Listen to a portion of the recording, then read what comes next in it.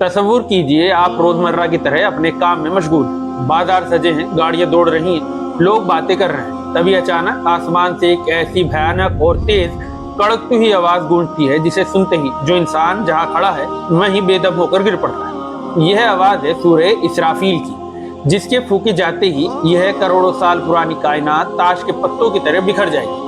آئیے آج داستان اسلام پر صحیح احادیث اور قرآن پاک کی روشنی میں جانتے ہیں کہ اس سے پہلے سور کی حقیقت کیا ہے، اور اس کے بعد جب میدان حشر سجے گا تو پردے کے پیچھے کا منظر کیا ہوگا۔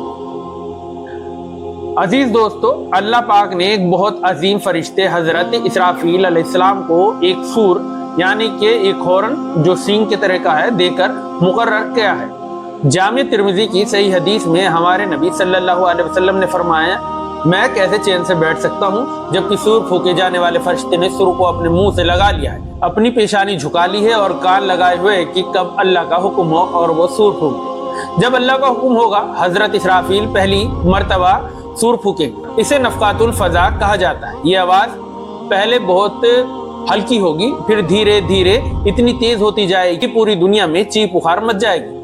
قرآن کے مطابق آسمان پھٹ جائے گا، چمکتے ہوئے ستارے ٹوٹ کر بکھر جائیں گے، سمندروں میں آگ لگ جائے گی اور اونچے اونچے پہاڑ دھنی ہوئی اون کی طرح اڑنے لگیں گے۔ اس پہلی پھونک پر کائنات کی ہر زندہ چیز موت کی آغوش میں چلی جائے گی۔ امام قرطبی التذکریہ میں لکھتے ہیں کہ اس تباہی کے بعد ایک لمبا عرصہ گزرے گا جس میں صرف اللہ کی ذات باقی رہے گی۔ پھر اللہ پاک حضرت اسرافیل کو دوبارہ زندہ کریں گے اور حکم دیں گے کہ دوسری بار سور پھونکا جائے۔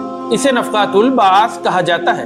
جیسے ہی دوسری بار سور پھونکا جائے گا آسمان سے ایک خاص بارش ہوگی اور زمین کے نیچے دفن اربوں خربوں انسان اچانک اپنی قبروں سے اس طرح زندہ ہو کر نکلیں گے جیسے بارش کے بعد زمین سے گھاس نکلتی ہے۔ صحیح بخاری کی حدیث میں آتا ہے کہ جب انسان اٹھیں گے تو ان کے بدن پر نہ کوئی کپڑا ہوگا، نہ پیر میں جوتا ہوگا اور نہ ان کی ختنہ ہوئی ہوگی۔ یہ دیکھ کر حضرت عائشہ رضی اللہ تعالیٰ عنہ نے گھبرا کر پوچھا، یا رسول اللہ، کیا مرد اور عورتیں سب ایک دوسرے کو دیکھ رہے ہوں گے؟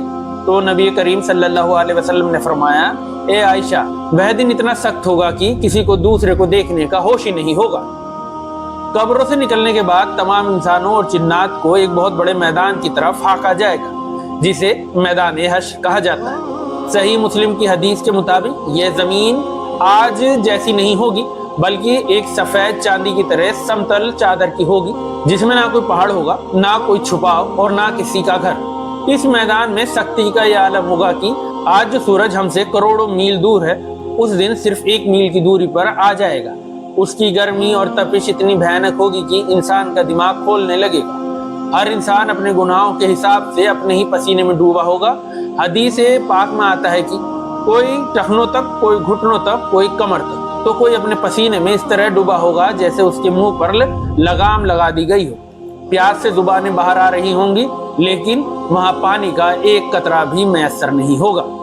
جہاں ایک طرف گناہگار اس بھیانک گرمی میں تڑپ رہے ہوں گے، وہیں کچھ ایسے خوش نصیب لوگ بھی ہوں گے جنہیں اللہ پاک اپنے عرش کا ٹھنڈا سایہ عطا فرمائے گا۔ صحیح بخاری کی مشہور حدیث کے مطابق وہ 7 طرح کے لوگ ہوں گے۔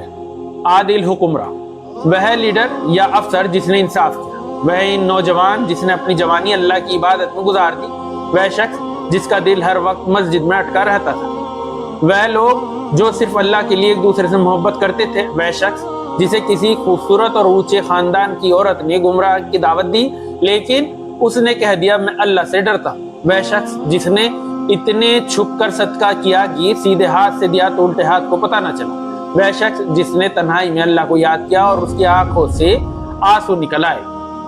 امام ابن القیم کتاب الروح میں روحوں کے اس مجمع کا ذکر کرتے ہوئے لکھتے ہیں کہ حشر کے میدان میں لوگ تڑپ رہے ہیں، نفسی نفسی کا عالم ہوگا، باپ بیٹے کو پہچاننے سے انکار کر دے گا اور ماں بیٹی سے منہ پھیر لے گی۔ لوگ اس عذاب سے تنگ آ کر حضرت آدم، حضرت نوح، حضرت ابراہیم اور حضرت موسیٰ علیہ السلام کے پاس دوڑیں گے کہ اللہ سے سفارش کیجئے کہ چاہے ہمارا فیصلہ جہنم کا کر دے لیکن اس میدان کی گرمی سے ہمیں نجات دلائے۔